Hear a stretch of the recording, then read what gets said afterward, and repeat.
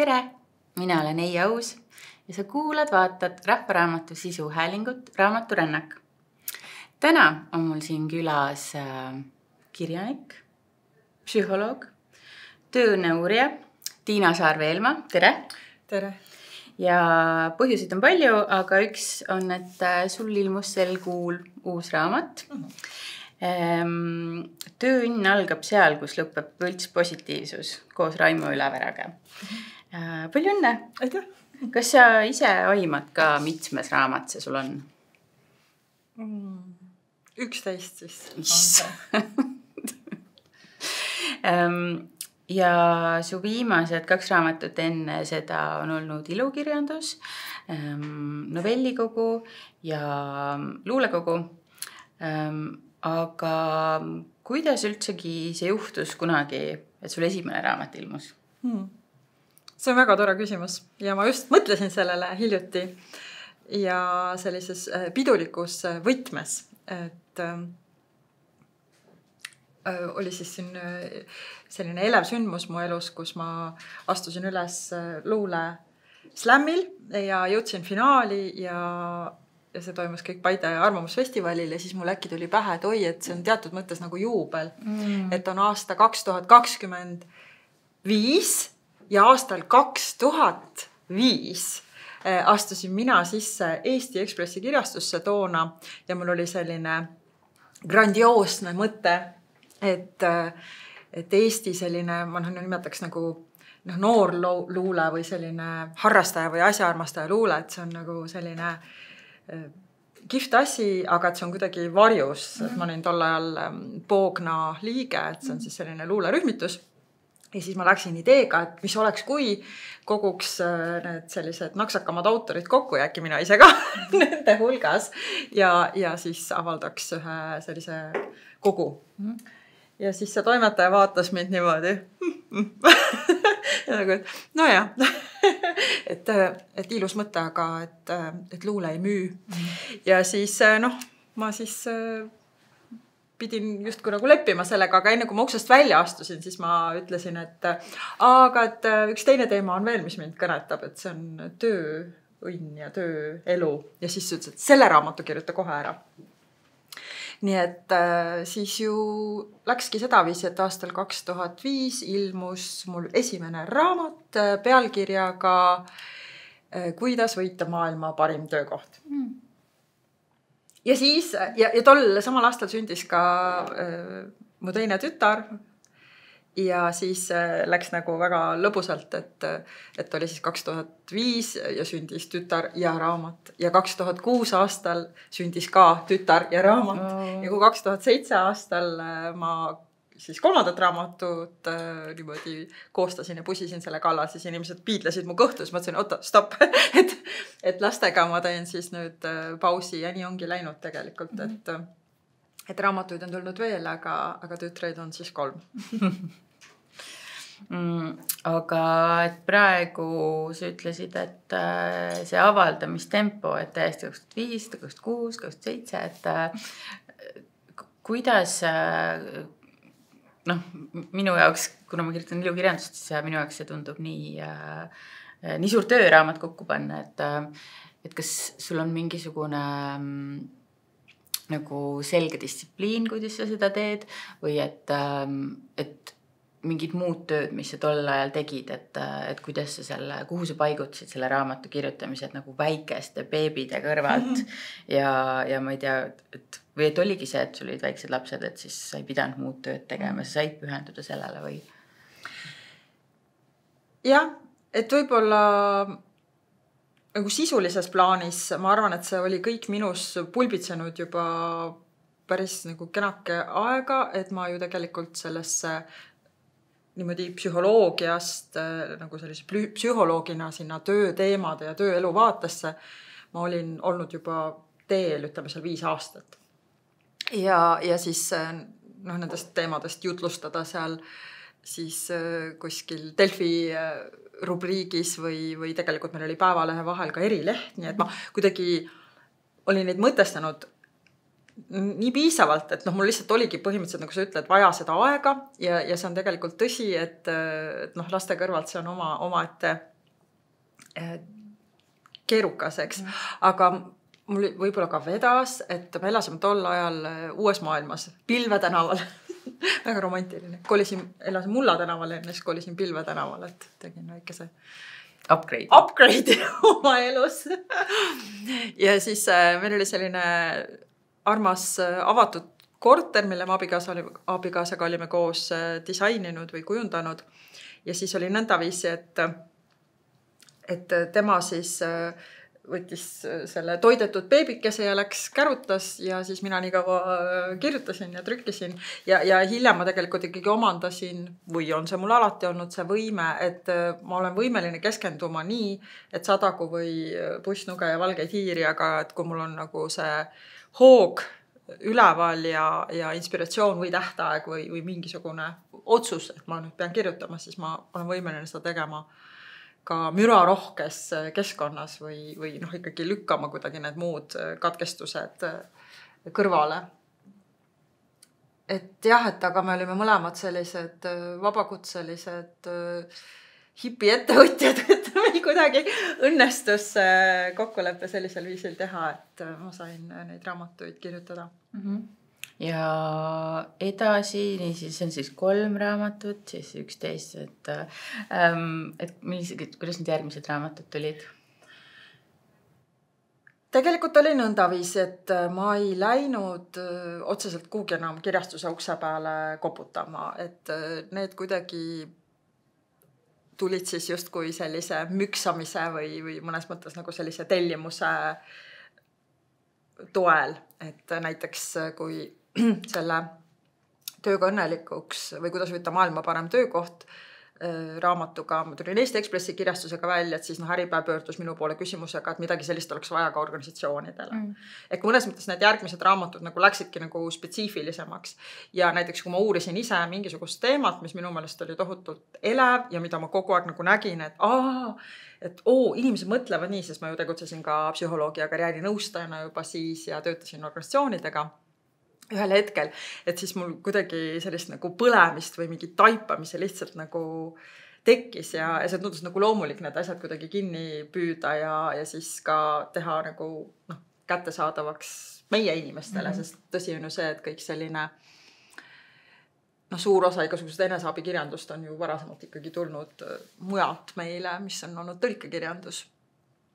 Ja jah, näiteks üks teema, mis ma mõtlen, et see oli siis, kus ma kirjutasin sotsiaalsest innovatsioonist näiteks, et inimesed on vabad ise looma muutuseid, eks. Ja see oli ka see, et ma olin nagu lugenud selle kohta, ma olin avastanud neid asju ja siis tundus nagu loomulik. Või siis jällegi, mis minu käest telliti oli, et kuidas valmistada tööintervjuuks, sest ma olin nii kaua töötanud värbamisfirmas ja ka ise viinud värbamisi läbi, et see nagu aimekirjandus, mulle tundus, et ma olin sellest kõigest nii läbi imbunud, et see oli lihtsalt aus kuidagi vormistada. Et ma ei imenud ühtegi neist raamatutest pastakast välja, ehkki võib tunduda, et oota, mida on inimesele öelda? Enne kui mul tuli siis esimene ilukirjanduslik raamat. Aga võib-olla ka meie kuulajate seas täna on inimesi, kes ei ole oma tööeluga väga rahul, et mis sa ütleksid võib-olla inimesele, kes kaalub teha elus muutusi, aga ta võib-olla ei tea veel täpselt, mis need muutused võiks olla ja kust alustada, et ma arvan mingis mõttes, et see, mida sa praegu ütlesid, et kui inimene tunneb, et ta ei ole rahul, et seda sisemist häält tulebki väga hooleliselt kuulata. Et see on pigem tavapärane, et me kipume ennast vaigistama ja võib-olla kuidagi pragmatiseerima seda. Et mul ka üleeile oli üks armas klient käis, kes ta oli hoogu võtnud tükk aega, et minu juurde tulla ja siis ta oli saanud umbes 10 soovitust eri inimestelt ja siis ta ütles, et nüüd järelikult on aeg. Ja loomulikult väga muljetavaldav karjäär ja kihvt eriala, aga reaalsus on see, et ta on juba põlenud läbi 3 korda seal samas töökohas. Ja siis me kaevasime selle kulla välja, et mida ta siis veel elus teha võiks, et tihti inimesed ju põrkuvad tagasi ka seepärast, et see muutus tundub nii suur ja mõneti ka täis teadmatust ja hirmutav, et siis lähen sinna tagasi selle oma vana ebarahuldavaga siiski kindla töö juurde. Nii et olime siis temaga need asjad selle kulla välja kaevanud, aga siis ma sain aru, et ta tegelikult ikkagi hakkab nagu arutlema selle üle, et noh, aga ega see nii hulga ei ole. Aga äkki ikka ma saan seda oma väikest ettevõtlust seal kodus, on ju. Et ma võib-olla ma loobun töövälisel ajal töömõtetest nagu rääkimisest või midagi sellist, et see on tõsi, et see ei ole nagu nii lihtne, aga sellest punktist peale, kui kuningas on alasti, kui me oleme tegelikult aru saanud, et seal töökohal mina enam ilusamaks, paremaks, targemaks ei muutu. See asi on ammendunud, et vähe on Eestis räägitud sellest, et läbipõlemise kõrval eksisteerib ka töötüdimus. Ja see on see, kui ma olen teinud korduvaid ülesandeid, mis mind enam ei arenda, et ma lasen natuke nagu selle ühe klahvi pealt, eks. Et sellel on kahjuks täpselt samasugused tervisekahjud kui läbipõlemisel. Läbipõlemisega me saame täna minna perearstile ja tegelikult seda diagnoositakse ja Eesti on üks nendest 9 Euroopa riigist, kus me saame hüvitist selle eest ja me saame ennast toetada. Aga ma ei saa minna perearstile ja öelda, et mul on nii igav. aga igasugused südame-veresoonkonna haigused, unehäired, mis iganes ärevus, depressioon täpselt samamoodi kaasneb sellega lõpuks. Nii et see on tohutult tõsine teema. Ja hästi loomulik, et on seal palju küsimusi ja hirme, aga et see vastus ongi, et me hakkaksime seda teed kõndima. Sest kui ma ei ole rahul ja kooskõlas, siis sellest päevast peale minu konkurentsivõime hakkab alla minema. Ehk siis see on nagu see, kus meie enesehinnang käib alla, kus ma ei usu lõpuks iseendasse enam. Ja. Et ikkagi usaldada seda tunnet ja mitte vaigistada seda igal sammul. Ja võib-olla rahustada ennast ka sellega maha, et need muudatused või muutused, mida me teeme, ei pea olema sellised kardinaalsed alati, et nii nüüd ma lähen viskan lahkumisavalduse lauale ja kohe kõik on ju. Et me saame ehitada seda silda või seda teekonda, et see, kuidas öelda see uus valdkond, isegi kui meil ei ole õrna aimuga, et mida ma siis päriselt võiksin teha, kui see enam ei kõlba mulle, siis see ilmutab end. Aga sellele tuleb teha ruumi ja selle ruumi tegemise all ma pean silmas ka seda, et on nii palju mõtteharjutusi, on nii palju igasuguseid metoodikaid, kuidas me saame iseendast paremini aru ja see on kõik uus. Et me ju tuleme ajast, kus tavapärane oli see, et võtame veel aegu tagasi, et sa võtsidki võib-olla selle ameti, mis su peres peeti. Et Kingsepa poeg oli Kingsepp ja apteekri lastest võib-olla said ka kellestki apteeker, et see oli kuidagi tavapärane ja täitsa tavapärane oli see, et ühte asja sa siis tegid, mis sulle oli ette tulnud ja seda sa tegid elu lõpuni, siis see kõik enam ei kehti. Et me elame ju täiesti uues maailmas, eks ole, kus me teeme võib-olla 11 karjääri elu jooksul ja karjääri tähendus on muutunud. Nii et see on tegelikult nagu põnev teekond, kui lihtsalt lubada sellele, astuda sellele teele endal. Aga kas sina näed enda klientide või üldse ennast ümbritseva maailma puhul ka, et selline kaleidoskoop karjäär ja mitme erineva asjaga tegelemine on hoogustunud, kus inimesed julgemalt elavad, ma ei tea, 5 eri asja, et hommikul käivad pagariks ja siis vahepeal teevad, ma ei tea, sotsmeediat ja siis käivad, ma ei tea, õpivad õhtuti kusagil Rahvaülikooli kursustel ja see on hästi selline tajutav suundumus või muutus, et ma arvan, et ma isegi sellest kaleidoskoop karjäärist kirjutasin selles oma esimeses raamatus, mis kunagi ilmus, eks ju. 20 aastat tagasi, aga siis ta oli tõesti natukene selline utoopiline, et kuidas ma oma tööandjale ütlen, et mina tahan ainult, mis iganes hommikuti siin küpsetamas käia ja muul ajal vaadake ise. Et see on nüüdseks ennast igas mõttes kuidagi tõestanud, et see on inimestele hea. sest et meil nüüd ei saa tõmmata sellist nagu joont siia vahele ja öelda, et see on kõigile hea, aga see on võimalus hoida ennast arengus, pakkuda iseendale lihtsalt suuremat rahulolu ja samal ajal ka tegelikult ta loob, võiks arvata, et see on keeruline, et see ju võib-olla ülekoormab meid, võib-olla see teeb meie elu selliseks katkendikuks. Vanasti öelda, et sa oled ju pinnapealne, et kui sa ei tee midagi 40 000 tundi, siis sa ei saavutagi meisterlikkust, et see ei ole ju mingi asi, on ju. Aga nüüd me pigem mõtleme seda, et see just loob turvalisust juurde, sest ma ei pane oma mune kõiki ühte korvi. Et kui ühest kohast koondatakse, siis sul on midagi muud ka. Ja teine, kuidas see turvalisust juurde loob, seda nimetatakse muideks Medici efektiks, ehk siis me ristame, et kui me ristame oma oskusi, oma võimeid, oma andeid, siis sellest võivad tekkida täiesti uued andeplahvatused. Et me nagu mõnes mõttes taas kasutame või kasutame ära oma erinevaid võimeid, oskusi, andeid. Ja see on minu suurim missioon ja ka südamevalu, kui ma oma klientidega töötan, et mõni ametikoht või kui mina näiteks keelan oma klientidel töökuulutusi lugeda, isegi kui nad otsivad tööd. See on nii frustreeriv ja see on nii masendav neile, et ühest küljest see, et nüüd välja tõesti peilida sealt, et keda siis otsitakse, siis kandideerida, võib-olla üldse mitte vastust saada, et see ikkagi söövitab seda enesehinnangut. Ja selle asemel mina siis juhendan sellist nagu disainkarjääri või sellist rätsepatööna karjääri, kus inimene ise hakkab siis otsima neid valdkondi, kuni siis reaalsete kontaktideni välja ja on ise see südikas tegelane siis oma elus, on ju. Aga jah, et see Medici või see ristamise karjäär, et see lihtsalt võimaldab meil nagu kuidagi rohkem nagu luua elus, sest et vastasel korral, kui ma siis võtan selle töökuulutuse või leian selle ametikoha, siis see on kuubik. Aga inimesed ei ole kuubikud, inimesed on eksootilised lilled või taimed või linnud.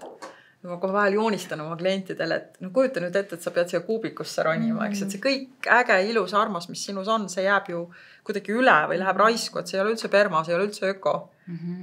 Ja meil on ikkagi ju piiratud aeg tunde ööpäevas ja kui me oleme ka pereinimesed, et millal ma siis, kuhu ma panen selle. Ja ma ei mäletagi enam, kes see filosoof oli, aga ma arvan, see on saatnud mind kogu minu erialase teekonna, et mul lihtsalt, kui ma esimest kord seda lugesin, siis ma vist hakkasin nutma selle peale, aga et on maru kurb, kui me viime oma muusika endaga hauda kaasa ilma, et keegi seda kuuleks või et see elu ajal väljenduks. Et see on lihtsalt patt, et me peame tegema ruumi oma südame häälele, oma kutsumusele ka. Mul on telefoni see pilt, ekraani säästja on lause, et ole teadlik sellest, kui eriline sa oled. Et see võib kõlada nagu väga egoistlikult ja ma ei tea, suure kuidagi, ma ei tea, eneseuhkusena või nii. Ja mõni inimene küsib, et miks sul lapse pilt ei ole telefoni avapilt, et halloo, nagu oled ema või ei ole. Aga et just ka ma mäletan mõned aastad tagasi, kui olingi tööalaselt totaalses kriisis, olin läbi põlenud, depressiooniga ära tulnud, ilma rahata, ilma perspektiivita, et mis must edasi saab. Ja siis kuidagi, et tõesti ma vaatasin neid töökuulutusi ja vaatasin, et aga minu jaoks ei olegi tööd. Mitte keegi ei taha kirjandusteaduse haridusega inimest. Ja siis kui tunned, nagu, mida ma üldse oskan, ma ei oska mitte midagi, et nagu õppisin tõlkimist, tõlkida ei taha, õppisin kirjandusteadust, ma ei tea, ei otsita kirjandusteadlasi ja et oligi selline paar nädalat totaalne aukus. Ma mõtlesin, ma ei oskagi midagi, mind ei ole mitte kellelgi vaja. Ja siis kuidagi hakkasin, et aga mis on need minu anded, mida mulle meeldib teha, mida ma oskan teha, mille eest raha makstakse. Ja siis kuidagi olengi avastanud selle kompoti, et jah, ma ei ole nagu väga hea kirjandusteadlane, ma ei ole väga hea tõlkija ja nii edasi, aga et igal ühel meist on nii omapärane komplekt oskusi ja andeid, et kes on väga kiire õppija, kellele väga meeldib, ma ei tea, kiiretempoline töö, kellel väga sobivad tähtajad, et nii palju erinevaid asju on ja see tänapäeval ka, et ameteid tekib juurde kogu aeg. Just. Ja ameteid võib ise luua, see on väga võluv ajastu, kus me elame. Et kui ma koolitusel üles astud, siis ma tutvustan ka ennast, et tere, ma olen Tiina, ma olen tööõnne uurija. Ja siis inimesed on natuke üllatunud, et ise mõtlesid selle ameti endale välja või, mis on tegelikult tõsi. Ja siis kui paljud inimesed küsis mu käest, et ma hakkaksin kirjutamist õpetama, siis ma kuidagi mõtlesin, et see ei ole ju õpetamine, mida ma teen.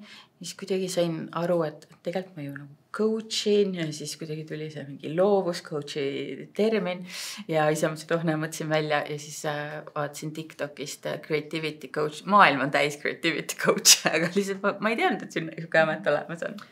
Ja sina ju vähemalt minu teadvusesse jõudsid või sa oled minu vaates üks Eesti esimesi ja see ongi nagu võluv, et sa saad ju selle rolli disainida või kujundada nagu nende enda annete ja huvide ja tugevuste pealt ja isegi kui neid inimesi tuleb juurde ja üha tuleb, siis nemad on siis võib-olla natuke teisekujulised ja teevad seda teistsuguste tugevuste pealt. Ja ongi, et ma näen, et need näiteks, kes teevad kirjutamise töötubasid või aitavad seal nagu raamatut näiteks koostada, et kõigil ongi nii erinevad meetodid ja nii erinevad lähenemised. Aga sinuga ka ma esimest korda kohtusin, kui ma tegin loovuslaagrit paar suve tagasi ja siis kirjutasid mulle, panin ennast kirja ja siis kohe guugeldasin, et tuttav nimi, kes see on ja siis esimene artikkel, mis mul seal tuli, oli see, et Tiina Saar-Veelmaa puhkab iga suvi 2 kuud. Tõesti. Ja et siis olid nagu, kusjuures mitu artiklit oli sel teemal, et mina põhimõtteliselt suvel ei tööta, suvel ma teen kõiki asju, mis on mu südame järgi ja et ma olen nõus talvel tegema nii palju tööd, kui pimedal ajal üldse on vaja teha, aga suvel ma olen võsul, ma lihtsalt naudin elu, et kas ka sel suvel sa said hoida sellist rütmi? Ja, tõsi, sain. Ja see suvi oli isegi natuke veel teistsugusem, et kui meil varemalt oli perega alati selline kipitus, et kui koolid ja tööd niimoodi hakkavad otsa saama, et siis me tegelikult enne jaanipäeva isegi põgenesime Eestist ära kuhugi siis telkima või niimoodi autoga Euroopasse, et kuhu siis hing ja rattad viisid. Ja siis me tulime tagasi reeglina siis juuli alguses millalgi ja siis kuidagi hakkas see võsuperiood ja võsuelu ja siis see vältas niimoodi. Tegelikult pea kooli alguseni välja, et kui lastel oli uuesti vaja siis linna tulla. Aga see suvi me ei läinud kuhugi reisile, et meil on täiskasvanud lapsed kõik. ma ei ütle, et ei tahaks meiega enam telgis olla, aga et jah, et kuidagi võib-olla otsime seda uut moodi formaati nüüd koos olemiseks ka. Et siis ma kohe kolisin Võsule. Ja siis mul oli muidugi, mul on ju tohutud plaanid, on ju, et ma pean tahan kirjutada ja niimoodi ja siis ma juba kujustasin, kuidas ma seal hakkan siis, võtan oma loomeaja ja siis ma tegelikult sain aru, et see ei olegi võimalik. Et see kõlab väga poeetiliselt, et Võsu ja meil on minu abikaasa sünnikodu tegelikult seal ju ja seal on ruumikas, seal on palju erinevaid hooneid, seal on aed, see on mere lähedal, keset Võsu, et see on nagu selline idüll. Aga seal ei ole võimalik kirjutada. Ja ma ei tea, mis värk sellega on. Ma muutun seal ja nüüd ma olen praeguseks rahu teinud sellega, aga ma muutun täielikuks olmenaiseks. Ja ma ärkan hommikul üles ja siis me käime siis, teeme oma väikse sörgi, siis me käime ujumas, siis me brunchitame seal niimoodi, on siuke pikk hiline hommiku lõunasöök seal kuskil 12 paigu ja siis ma sain otsa hakkan tosserdama. Siis ma tosserdan kasvuhoonesse ja siis ma teen seal mingeid asju, siis ma nokitsen siin, siis ma avastan ennast kraamimast, siis ma avastan, et mul tuleb mingi söögimõte, et äkki täna teeks ise käsitsi pastat. Ühesõnaga, ja siis see läheb ja siis keegi ütleb, et kuule, kas sa oled Võsul, ma tuleks jooks tassikese teed.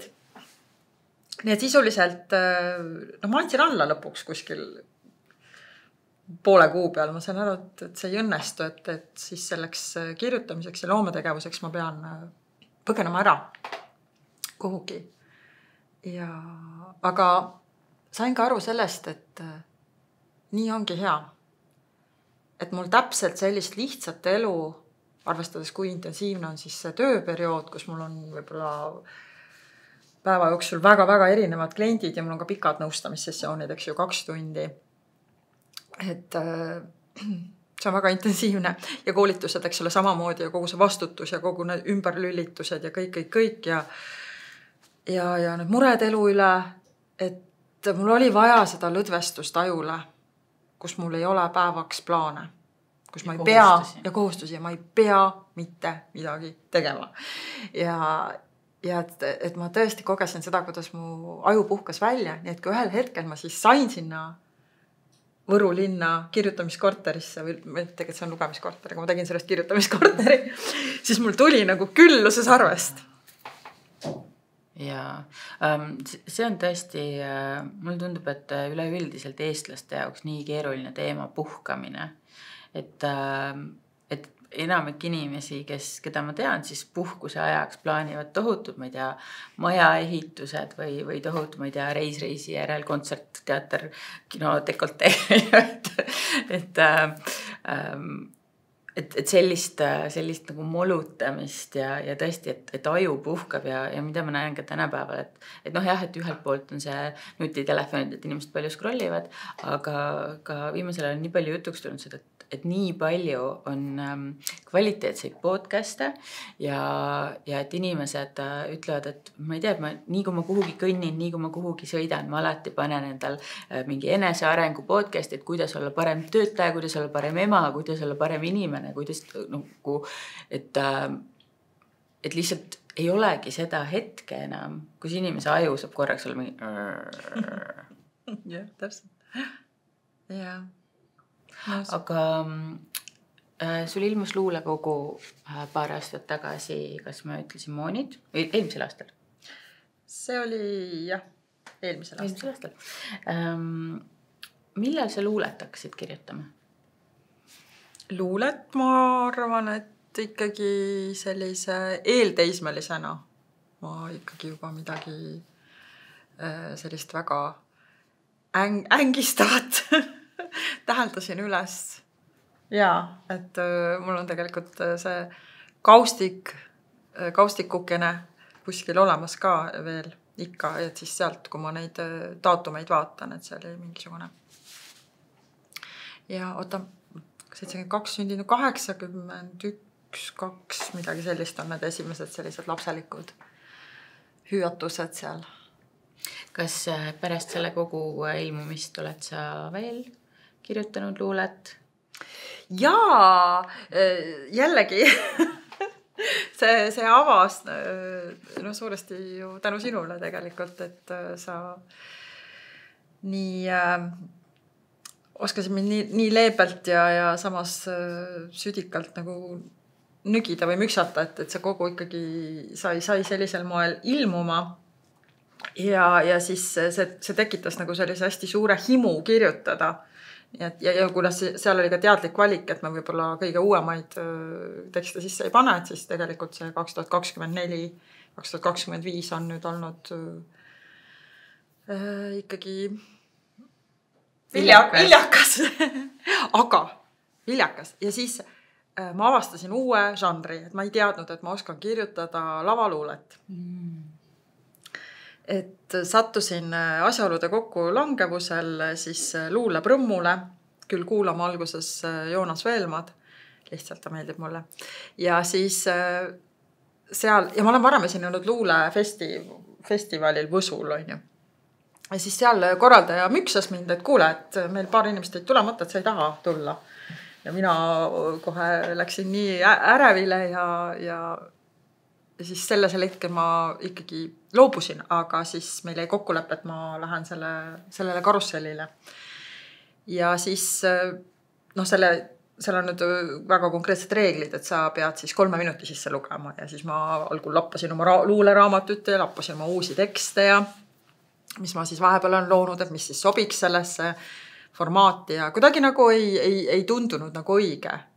Ja siis mul äkki hakkas nagu upsama pähe mingisugused täiesti nagu sellised antidepressandid vedelevad igal pool. See on üks selline laineid löönud luuletus, kui nii võib öelda. Et siis midagi, mis on nagu hästi aktuaalne ja hästi nagu põletav ja kuidagi selline samal ajal, sa saad sellest rääkida nagu alandlikult ja soojalt, aga seal on ikkagi omajagu sellist, esinemist või nagu ka seda, ja sellist sotsiaalset närvi peab võib-olla olema, et see ei ole nagu unistav. Et sa ei pomise, eks ju, siia luuapoltides, et nagu sul on öelda midagi, on. Et siis ma olen nüüd kirjutanud neid luuletusi hoopis ja Kas sa tahaks meile midagi lugeda? Tohib või? Issand jumal. Siis ma loen. Ma loen siis see, mis mul väga soojalt vastu võeti Paide Arvamusfestivalil, jah?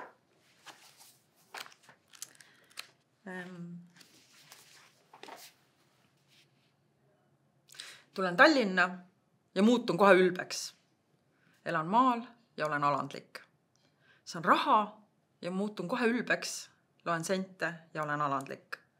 Võtan paar kilo alla, muutun kohe ülbeks. Kosun veidi, jälle alandlik. Saan kiita, ülbe. Saan laita, ai. Kuulen komplimenti, teesklen alandlikku. Käib keegi pinda, teesklen ülbet. Saan kulkalt raha ja muutun kohe ülbeks. Saan eitava vastuse ja olen 3 järgmist vooru alandlik. Ostan disainerilbu ja muutun kohe ülbeks. Müün kogemata lapse disainpüksid täikal maha ja olen 3 kuud järjest alandlik. Leian endale transsõbra ja olen ülbe ja alandlik korraga. Käin alandlikkuse kursusel ja muutun kohe ülbeks. Mis värk on? Ma ei tee suitsu, ma ei tee narksi, ei pane kõrvalt, ei söö kräppi, ei loe Delfit. Ülbe. Ma ei maksa kõiki makse, unistan linnapuhkusest 3 päeva Partsas, lennukiga sinna ja lennukiga tagasi. Alandlik. Ma saan oma lastega hästi läbi. Ülbe. Maksan ikka veel nende teraapia arveid. Alandlik. Laia kaabuga mees tellib kodutule õlle. Enne uurib aga kas väike ja hõrk või suur ja joovastav. Ülbe. Kodutu valib väikese ja maitsva. Alandlik. Aga küsib sigareti ja tuld ka. Ülbe. Loen luulet. Ülbe. Tellin suurpuhastuseks koristaja. Alandlik.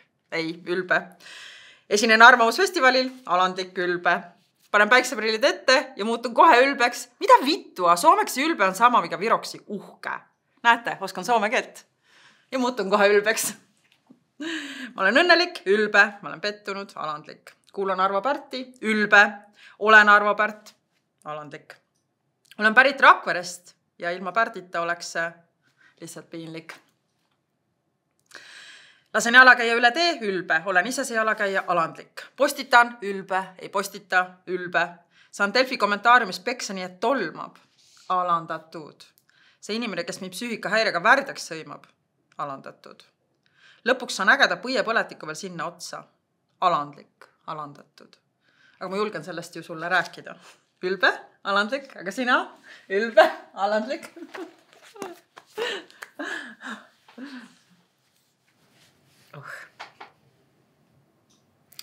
Mulle väga meeldib su luuletustesse, et sa paned nii palju lugejat mõtlema, et ka siin kogus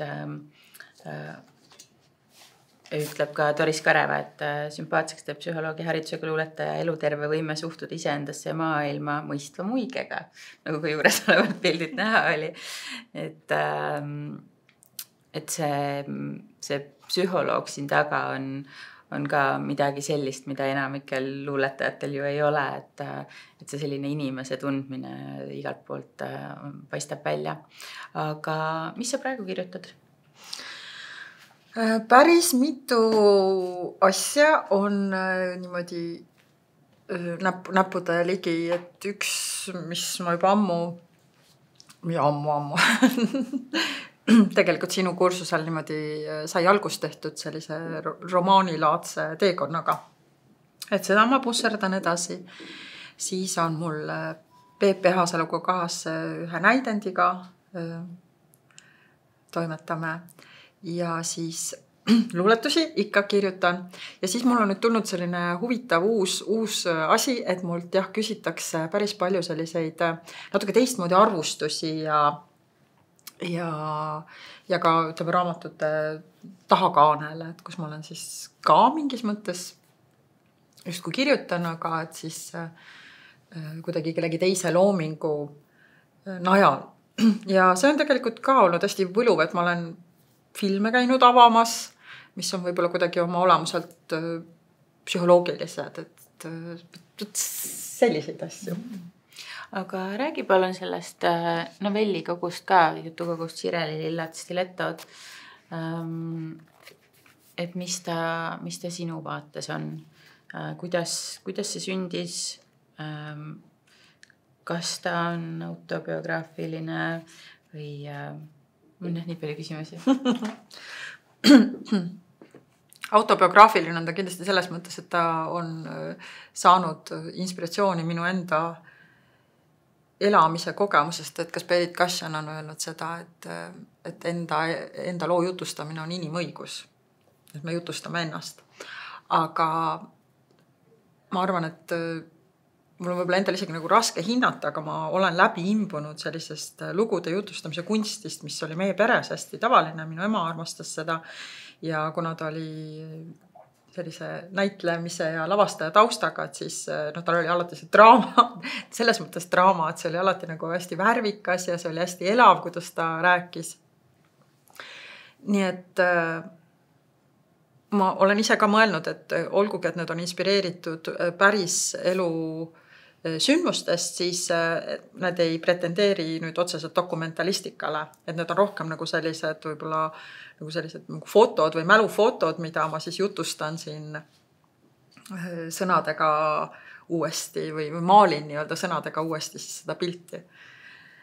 Ja teine, et need, kes on nüüd lugenud ja mul on tagasi kajatud seda, et siin saab nutta, siin saab naerda, siin saab hämmastuda ja võib-olla kuskil kohas natuke ka hirmu tunda, et siis ma väga siiralt usun, et oma psühholoogi ja terapeudi teekonna vältel ma olen siiski nii palju iseendaga tööd teinud, et ma olen nagu puhastanud need lood sellisest traumast, mis kuidagi meid tühjaks tõmbab või meid kuidagi halvab. Et ma olen nagu ühest küljest nagu lasknud seda aadrit oma elus teisel moel ja siis neist on saanud sellised kristalliseerunud elulood või hetked, mis on piisavalt universaalsed, et igaüks nagu tunneb ennast ära või leiab ennast sealt, et seda vähemalt mul on lugejad kajanud. Seda raamatut ka sa alustasid minu juures selle loov kirjutamise teose kursusel ja seal see mingi võib-olla 8 inimest, kes seal koos käib, et mina siis nende hulgas. Enamik meist ikkagi korduvalt tuli selle ettekäändega, et oi, see nädal ma ei jõudnud kirjutada, et mul lapsel see ja mehel see ja Tartu buss see ja nii edasi, et lihtsalt selle asemel tuua mingi tekst, oli hästi palju vabandusi, aga sinul nagu ükskõik, mis sul elus toimus, sa igal nädalal suutsid ennast kokku võtta ja luua teksti, mis on oluline, mis on liigutav, mis kannab, et kust selline või kas mina saaksin ka näiteks sellist enesedistsipliini arendada, et mis sa endale ütled selleks, et ennast niimoodi kokku võtta ja asjad ära teha? Kui tegelikult elu on pidevalt blenderis ja pidevalt saba põleb ja... Jah, ma võib-olla tunde mõttes olen seda riitust võrrelnud sellise armunud olekuga tegelikult, et kui me päriselt oleme sisse võetud kellestki ja miks me oleme sisse võetud sellest kellestki, sest meile tundub, et ka tema näeb meis midagi. Et seal on mingisuguse uue lootus või seal on mingi võimalus või mingisugune potentsiaal. Et see erutus ja reaalselt ju selline ajukeemiline muutus tekibki sellest. Mingi tohutu igatsus, mingisugune tõmme. Siis ma kirjutamisesse vist suhtun samamoodi, et kui mul juba on võimalus, et sina oled selle Pime kohtingu loov õpetajana korraldanud, et mul on võimalus kohtuda siis selle oma armukesega või armsamaga. Et siis ma arvan, see on üks asi, mille võib-olla üks selline, ma isegi võiks öelda, et see ei ole mul alati olnud, et ma arvan, et see on mingi kasvamise koht, et ma päriselt nüüd oskan ennast panna oluliseks. Yeah. Et sellest algab kõik. Et varem, et kui ma uputan ennast ära kõik võimalikesse muudesse kohustustesse, et siis ma ju ütlengi endale, et so what on ju või pole oluline, eks. Aga et kui nüüdseks ma olen jõudnud tõesti selleni, et mitte narsissistlikust ega egoistlikust vaatest, aga sellest mõttes, et minust algab kõik. Kui ma ei tee enda elus ruumi asjadele, mis on olulised, kui ma ei kuula seda oma sisemist häält, kes ma siis üldse olen? Kes ma teiste jaoks olen? Ja õige pea me ju kogeme seda, et inimesed ajavad meid närvi, me ärritume kergemini, me ei ole rahul asjadega, et see on üks lõputu küünlapäev või selline nagu rahulolematuse pesumasin, mis meid peseb, on ju. Et seal mõt võtta see hetk ja lubada endale olla, et kahtlemata, et minu jaoks on olnud nagu selline nagu teistmoodi tervendav õppimine või teekond ka, et just läbi kirjutamise. Sest et ma mäletan ka mingit varasemat iseennast, kus see kirjutamine oli ikkagi natuke veel võib-olla kantud sellest, et mu armastuse sõel laseb läbi, on ju, et kuulake mind, on ju, et mul midagi öelda, kuidas ma saaks kirjutada midagi sellist, mis nagu hästi nagu tabaks 10-sse ja siis lõpuks sellest nagu ei tule midagi, sest see motiiv on vale. Sa ei lähe iseendaga kohtuma, sa lähed midagi lihtsalt nagu vormistama. Et aga nüüd suuresti ka Tarmo sinule ma olen nagu ja siis ilmselt kõikidele muudele loovõpingutele, mis mul siin kõrval, mis mind on saatnud, kas või see Meissner näitlemine ja muu, et ma olen kuidagi nagu saanud natuke pihta sellele, et kuidas siis kohtuda selle eheda autentse iseendaga. Jah.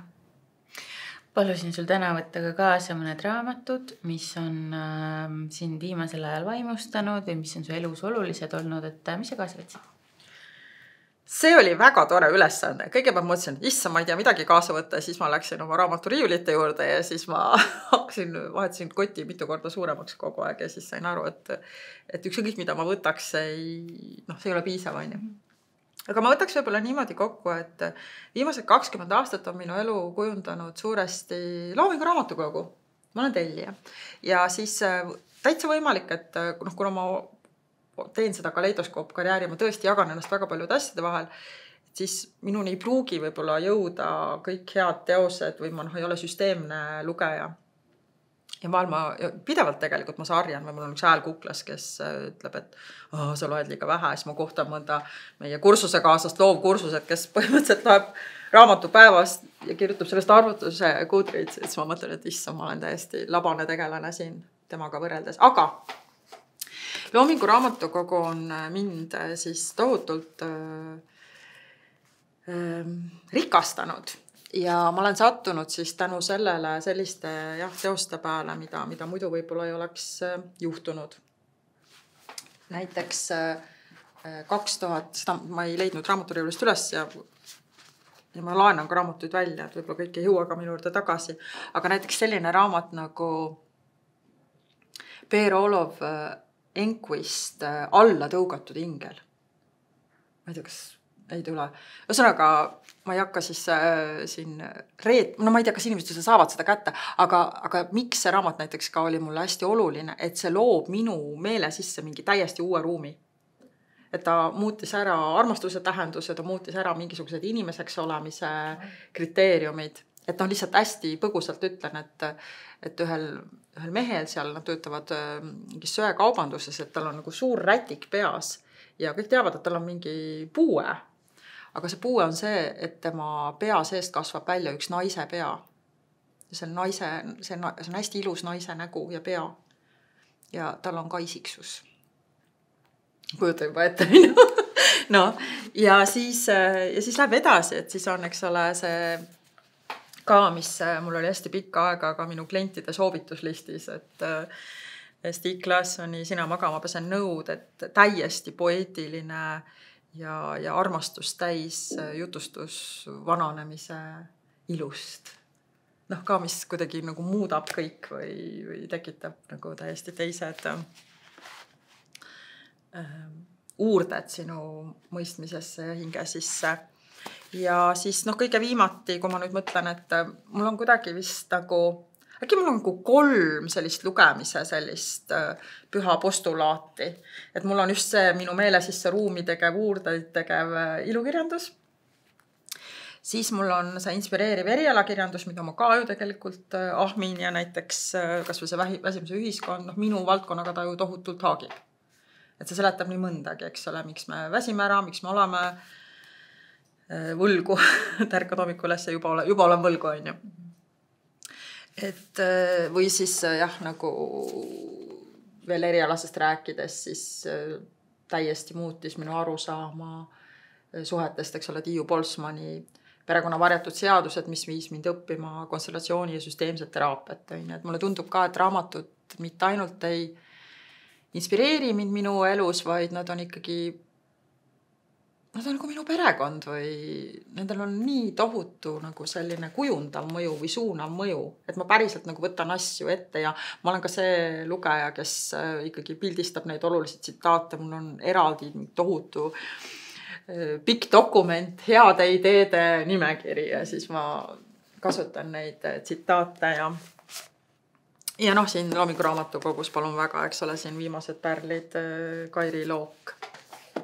Tantsid olm põrandalt ja ma segaks korra vahele, et tõesti need Loomingu Raamatukogu raamatud tavaliselt müüakse välja, et saavad otsa, aga et mis mina olen ka hiljuti avastanud, et Rahvaraamatu äpis on need peaaegu kõik olemas e-raamatuna ja ka enamik neist on ka audioraamatuna, et Eestis tehakse küllalt vähe audioraamatuid, aga see, et enamik neist, see Tantsid olm põrandast on seal olemas ja Karoliina Pihel ka see lõikejoon ja et see on nii tore üllatus, et siis sealt on võimalik leida raamatuid, mida mujalt võib-olla enam ei saa. Ja teada, jah, aga et siis selle ilukirjandusliku võib-olla see maitse koha pealt, et siis kuidagi ongi nii, et jah, sellised melanhoolsad mulle väga meeldivad, kus on selline võib-olla natuke nagu filosoofiline alatoon. Näiteks, ma ei tea, kunagi ma olin täiesti pöördes sellest Sartre iiveldusest ja ma korduvalt lugenud, ma ei tea, Tõnu Õnnepalu Paradiis ka sisaldab kõiki neid komponente, mis mulle sobivad, et on mingisugune kulgemine, mingi mõtisklus, aga samas luuakse sulle ka füüsiline ruum. Ma arvan, see on hästi tähtis, mida mina siis selles oma ilukirjandusblogis nagu otsin, et mind kuhugi viiakse, et mulle avatakse mingisuguseid ruume või maailmu, palun väga Viivi Luige Varjuteater, eks ju, et ka olen korduvalt lugenud seda veidi nagu piibli eest ja siis nüüd ju ka hiljuti ilmunud Muutuda meetod, mina olen fänn. Ja mitte ainult sellepärast, et ta loob siin selle oma ilma, aga võib-olla ka need teosed, mis kuidagi saavad näpu peale sellele, mis nagu kuidagi kõiki puudutab või kuidagi meid puudutab või nagu sõnastab midagi. Et ma ei tea, kuidas sul sellega oli? Ja mulle väga meeldis Eduard Louis Muutuda meetod, et minu jaoks ka selline meie ajastu tõesti see, et inimene seal raamatus võtab kätte, siis ta on ka autobiograafiline teos, võtab kätte, otsustab muutuda ja siis see nagu need sammud, mis ta teeb muutumiseks, et see ei ole lihtne, see ei ole kõikide jaoks nagu ma ei tea, lõpuni eetiline kohati ja nii edasi, et aga et ma arvan, et tänapäeval, et see on nii paljude meie lugu, et hoolimata sellest, kas seal Prantsusmaalt pärit või Eestis, et me ju kõik tuleme mingist nõukaajast, kus kolhoosides kellelgi polnud mitte midagi, Tallinnas samamoodi inimesed ei saanud leibas, kui nad tahtsid leiba või viina, kui nad tahtsid viina. Et siis nagu sealt tulles nagu mingist, kõik tulevad ühisest nullpunktist ja me kõik hakkame muutuma ja saama kellekski ja taotlema mingit lääne ideaali, et mulle väga meeldis see, kui palju ma sain üle kanda kuidagi Eestisse, samas Eestis ei ole klassiühiskonda sellisel kujul nagu Prantsusmaal, et seda oli ka väga valus lugeda, et ka tänasel päeval neid klassiühiskond nii palju piirab. Aga just jah, ma täiesti nõustun sinuga, et ma arvan ka, et mis mind hästi nagu liigutas ja puudutas, oli see, et ta oskab mingit inimlikku viletsust või mis meid kõiki nagu ka puudutab ja kannab lihtsalt nagu nii ma ei tea, mis see õige sõna on nagu kuidagi nagu ühest küljest nagu šarmantselt, aga teisest küljest nagu ka hästi toorelt ja ausalt ja nagu ennast salgavalt jutustada, et vot selline. Ja minuga on alati see lugu, et kui ma mingist raamastust olen vaimustus, ma hakkan seda absoluutselt kõigile oma sõpradele kinkima, et kui see Allatõugatud ingel ilmus, siis ma ostsin selle tühjaks selle raamatupoe ja siis kõik sõbrad said jõuluks selle. Et see ka minuga juhtub, et ma siis lähen täiesti pöördesse. Ja samas selle Edouard Louis'ga ka, et mul ühes raamatuklubis lugesime seda ja seal ikkagi mitu inimest ütles, et nii tröstitu ja nii kuidagi ootad mingit kangelaslugu raamatutest võib-olla, aga et siis et see tavaline inimene, kes teeb mingid lolle otsuseid vahepeal, et mõne inimese jaoks see ei olnud nii särav. Aga mina kuulasin ka tema esinemist käis just ja kuidagi minu jaoks rikastas veelgi seda tema kirjutatud. Et ta nagu inimesena ka ikkagi kõnetab mind. Ja tõesti see Hea Triad festival on nii suur vedamine meil, et käivad need välismaa autorid ja räägivad oma teostest, et mul oli selle Leila Slimaniga niimoodi, et ma ei suutnud lugeda tema seda raamatut Hälli laul, kus siis ema tuleb koju ja lapsehoidja on mõlemad väikelapsed väga retsilt ära tapnud. Niimoodi umbes kodu on verteis ja see on päriselt juhtunud sündmus Prantsusmaal ja mul oli mingi, et kuidas üldse keegi saab siukest raamatut kirjutada ja mõtle, mis psühhopaat see kirjanik peab olema, mingi siuke lugu võtta ja siis, kui ta siin oli Hea Triadile vestluses Indrek Kohviga, siis ta rääkis, et tema emana nagu ta ei kujuta ette midagi õudsemat, et see tema jaoks oligi see lihtsalt nii suur šokk sellest, et siuke asi saab olla ja et tema jaoks mingi kõige suurem enese haavatavuse koht, et mingi asi, mille üle sul ei pruugi olla kontrolli ja siis see, kuidas ta seal festivalis rääkis, mulle mingi, okei, et ta ei kirjutanud seda raamatut selleks, et šokeerida ja mingi ära panna ja näidata, kui krunge ta on, aga just sellepärast, et see on tema nagu kõige paljam süda ja kõige suurem hirm. Et siis andis mulle ka nagu lugejana hoopis teise perspektiivi sinna. Jah, mulle isegi ju siia kõrvale kuidagi paigutub või sobitub meie enda Maarja Kangro klaaslapseks, mida ma ka mind kutsuti teatrisse etendust vaatama ja siis sain kirjutada sellest arvustuse, et ka selline sügav töö kirjandusega, et see mulle väga meeldib. Aga minu kolmas žanr on üllatus luule. Mul on kodus meeletutes nunnudes kogustes luuleraamatuid ja need on sellised ka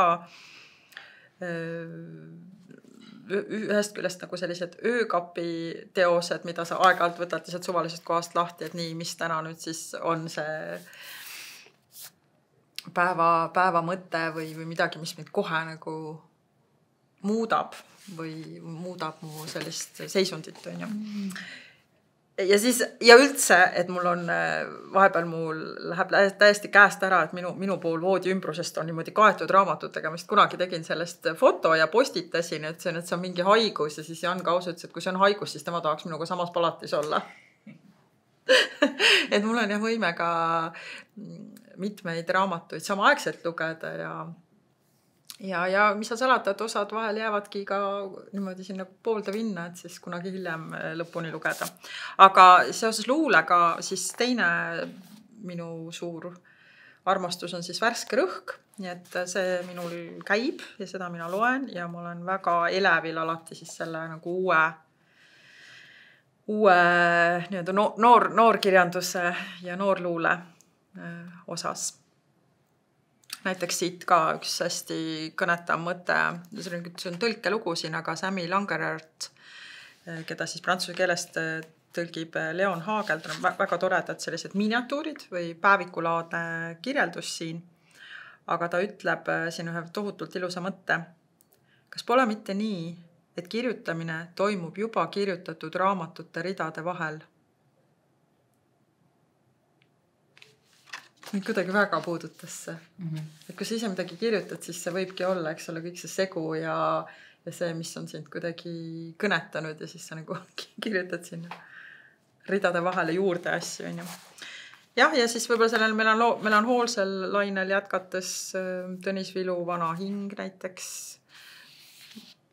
täis selliseid kujundeid, mida ma lihtsalt nagu loen selle kujundi ja siis ma natukene olen sellega. Lasen endal mõjuda. Ja Berit Kassjanil ilmus ju hiljuti luulekogu, et siin on ka täitsa nagu ka selliseid võrratuid tekste, mida mulle meeldib häälega endale näiteks ette lugeda. Ma ka lugesin selle raamatu, lugesin ise läbi, siis olime suvel Saaremaal, et siis mul sõbranna luges mingid raamatud, siis mu laps oli oma raamatu Virnaga seal vaikselt vaatas ja siis mul iga natukese taga, et oodake, ma loen teile ühe ette. Ja siis peamiselt ma lugesin selle ise nagu mõttes läbi ja siis üks päev sõitsime kusagil mingit pikka Eesti otsa ja siis lihtsalt hakkasin kallimale seda algusest lugema ja nii hämmastav oli see minu jaoks, et kui väga tekstid muutuvad siis, kui sa kuulad neid, siis, kui sa loed neid mõttes ja siis, kui sa loed neid välja.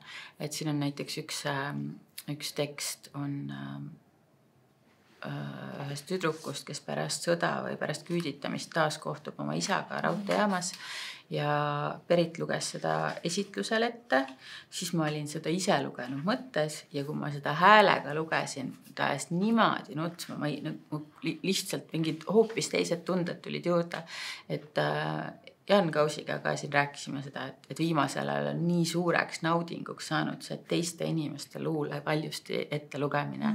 Et see on hoopis teistsugune kogemus, kui lihtsalt silmadega lugeda. Ja lugemine on hoolitsemine. Ette lugemine on hoolitsemine. Seda vist ütles Berit ise muideks. Tõesti. Aga Jan Kausiga näiteks, kui sa küsisid, mida ma veel kirjutan, siis Janniga meil on selline tore mäng, võiks seda praegu nimetada tööpealkirjaga, kus me kirjutame koos luuletust. Niimoodi, et tema saadab ühe rea ja siis mina vastan. Ja see on nagu kirimale, et me ei hoia seda kuskil avatud dokumendis, vaid iga kord see ongi alati uus, millal nüüd siis saadetis tuleb. Ja kui tema algust tegi, me leppisime kokku reeglites ja kõiges. Ja kui tema algust tegi, siis mina sain aru, et selles kõiges osalemine tekitab mul nii palju ka selliseid kõrvalmõtteid, et ma tundsin, kuidas mul tekib siia see jutu mull. Ja siis, kui ma talle oma vastuse tagasi saatsin, siis ma ka ütlesin, et jah, mul tuli nagu nii palju mõtteid ja esiteks mul tuli 9 varianti, nagu, mida ma oleksin võinud vastata ja täiesti eraldi teema oli siis see õige välja valida. Ja siis tema vahvasti kajas mulle tagasi, et aga saada siis kõik 9, et temal on nüüd nii suur himu. Ja siis me veeretasimegi 10 luuletust niimoodi edasi tagasi ja need on nüüd saanud selliseks, ma ei oskagi öelda, et päris eepos ei ole, aga ja kuna nad räägivad ka nagu kodust ja koju jõudmisest, et nad on nagu väga huvitavad, et meil on plaanis sellega selline natukene laiaulatuslikum kunstiline väljund veel tekitada sinna. Aga et juba praegu, kui sa ainult üksi loed häälega ette neid tekste, et siis võib-olla isegi ei saa aru, et kumma rea on kirjutanud, et see kuidagi koosloomine on tohutult võlu. Ja selle, ma tahtsin veel nende raamatute kohta öelda, et see, mis mind vaimustas selle Berit Kašini Aprilli juures, on see, et ma loen ka väga palju luulet ja tihtipeale on see, et luuletajatel nagu kogud on siuksed täielikud tervikud, et ala, et näiteks terve kogu räägib vägivallast või terve kogu räägib sõjast või terve kogu räägib emaks olemisest või terve kogu räägib depressioonist. Et seal raamatus on iga luuletus on eraldi maailm. Et ta täiesti nagu mingi, et üks räägib hobustest, teine räägib sõjast, kolmas räägib seemneks olemisest ja nii edasi, et see kuidagi see vaimustas mind ka, et kuna ta ise on ka loovkirjutamise õpetaja, biblioterapeut, et siis et ta ei lähe nagu mingi ühe piitsaga peksma seda surnud hobust lööma, et iga kord ta nullist tuleb uue maailmaga, uue keelega ja iga see üksik luuletus on eraldi teos, et see ka kuidagi oli minu jaoks, et kuidas ta nii palju erinevaid meeleolusid oskab vallata ja nendega ümber käia, neid luua, ja teine asi siis Värske rõhk on ka miski, mida ma olen siin küll korduvalt soovitanud, aga jään ka alati soovitama, et Eestis on ikkagi väga palju inimesi, kes ei ole Värskest rõhust mitte kunagi kuulnud, mitte kunagi, ja see ilmub juba ka oma 20 aastat, neil vist oligi juubel hiljuti, et siis noor kirjandus, seal vist kaastöid saavad saata kuni 33 aastased või kuni 32 aastased. Ja mul öeldi kunagi ära, ma olin liiga vana, et mul luulet siin ei avaldata. Aga ma tahan veel siia juurde öelda seda, et see maksab 4 €, et kui me Eestis räägime, et kõik on õudselt kallis ja praegu isegi Värske rõhu hind on tõusnud, et varem ta oli, ma ei tea, 2,60 on. Et lihtsalt mulle ka ei mahu pähe, et kuidas on võimalik nii kvaliteetset kirjandust ja sulle tuuakse maailm kätte, eks ole. Ja, väga soovitame. Ja. Hästi, võiks lõputult küsida su käest, rääkida kõigest sellest, loodan, et kunagi tuleb meile veel rääkima siia paljudest asjadest, mis täna jäid rääkimata. Nüüd me oleme siin kõik üle elanud selle septembri alguse kiiruse, hulluse, tagasi kooli, tagasi tööle. On sul mõnda soovitust, kuidas või mis meelelaadiga vastu minna sellele algavale oktoobrile, novembrile, detsembrile, pimedusele, kaamasele, aeglustumisele, kiirendumisele? Kuidas ennast hoida mentaalselt? Ja, ma saan aru, et ma muidugi olen omas maailmas või omal moel privilegeeritud, et ma saan endale seda pikka puhkust, eks ole, suvel lubada, kus nagu korralikult akusi laadida, et seda pikka puhkust vääriks iga inimene aeg-ajalt. Aga ega siis see ka päriselt lõpuni ei aita, kui me saame puhata ja siis nüüd algab see sügis, eks ole, täie tambiga ja probleemide otsa ja oleme jälle sellest massina värgis sees. Et siis minu enda praktika ja enda selline soovitus on ikkagi see, et igas päevas võiks meil olla selline püha hetk või selline hingetõmbepaus või mikrohetk. Või kui vähegi võimalik, et ma vähemalt alustan päeva iseenda ka. Et enne veel, kui see kaos meid niimoodi hakkab sikutama ja tirima, et siis sellised mini-rituaalid, mis siis kellelegi sobib.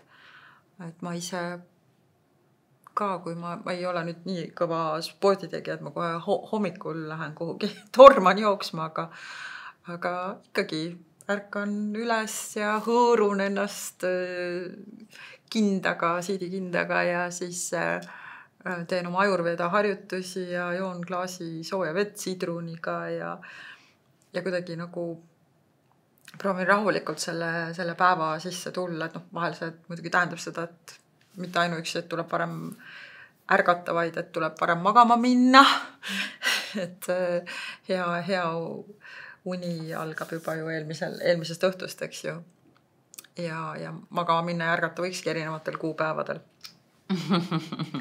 Aga et mitte ainult, et siis see on see, mida ma nagu näen, et inimeste see tööelu, see võtab nii kiiresti üle, et siis umbes ma ei jõua lõunale ja siis kui me oleme kirglikud, võttes see ka, et kirjast võib ka läbi põleda, sellest on meil Eestis liiga vähe räägitud, et kui sa teedki midagi südamega, et siis sa oled väga ohustatud liik siin töömaailmas.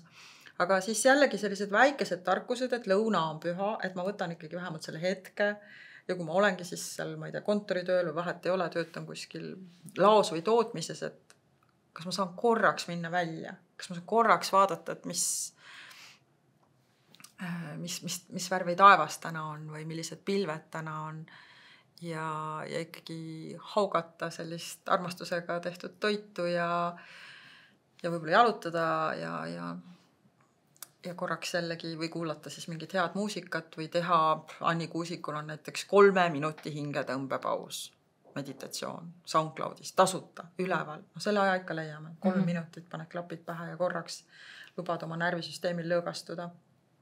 Et need on sellised nagu sellised väikesed nipid ja see on nagu hambapesu, et kui me selle nüüd üle laseme, eks, et ma ei tee seda, siis saame prahada, tulevad augud, eks ju. Kaarjes. Ja kaarjes, eks, et kuidas me oma elus siis nagu, see on kõik kaarjes, kui me ei lõunata. Ja üks nipp, nagu ülikaval nipp, kui sööd, siis ainult söö.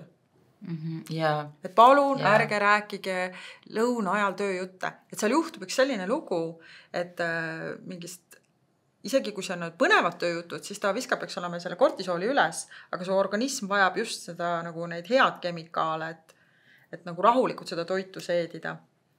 Metsloom ei hakka ka saaki sööma, kui teda samal ajal keegi teine ründab, et siis ta ei söö seda. Või et samal ajal mitte scrollida söögi ajal või mitte nagu vaadata telekat. Siis toit ei seedi, on ju. Ja see on kohe see nipp, et kas ma hoolin endast. Et kui ma olen endal oluline, siis ma ei kohtle ju oma vaimu, oma hinge, oma keha kui prügikasti, eks ju. Ja mina ka kuidagi, mul alati aasta lõpus on väga suur lugemistung. Ma loen aasta lõpus, just detsembri teises pooles, ma loen igal aastal väga palju raamatuid. Ja siis ma lähen alati jaanuaris üle sellega, et see kestab mul jaanuarini. Ja siis iga aasta jaanuaris ka nagu hästi isukalt loen ja otsin iga võimalust lugemiseks, et ärkangi hommikul enne last ja hakkan juba kell 7 lugema seal talvel Peeruvalgel. Et tõesti see uskumatu on tegelikult see talvine pimedus, et sa hommikul tuled põlema, et raamatut lugeda. Aga et ma näengi, et kui ma igal hommikul võtan selle hetke, et raamatut lugeda, paberraamatut just, siis see annab mulle mingi täiesti teistsuguse häälestuse päevaks, see annab mulle nii suure rahu, mul ei ole isegi erilist vahet, mis asi see on, mis ma loen, see ei pea olema mu lemmikraamat, aga et nii, kui ma näen, et elu läheb kiireks ja see läheb lappesse, mul lihtsalt kaovad ära need lugemispausid, siis ma näen, kohe ma olen palju närvilisem, et see kuidagi ma olen nüüd leidnud, et minu jaoks, ma ei oska võib-olla väga hästi mediteerida, aga see, kui ma olen paberraamatuga üksinda, mõned leheküljed, see ongi minu meditatsioon, see ongi see, kus kõik rahu tuleb mu sisse. Ja Jaan Kausist juba täna rääkisime, aga mul väga meeldib tema mõte, ta ütleb, et lugemine on ka looming. Et tegelikult see, et sa silmadega paitad ja puudutad seda teksti ja sa lood sinna ju selle oma kujutluse, oma ilma, et see on selline tagasihoidlik looming. Väga ilus mõte, sellega lõpetame. Suur aitäh sulle, Tiina. Aitüma. Ilusat sügist, talve, kevadet, järgmist suve. Elu. Ja soovime teile ka, armsad vaatajad, kuulajad, head elu ja jääme lugemiseni.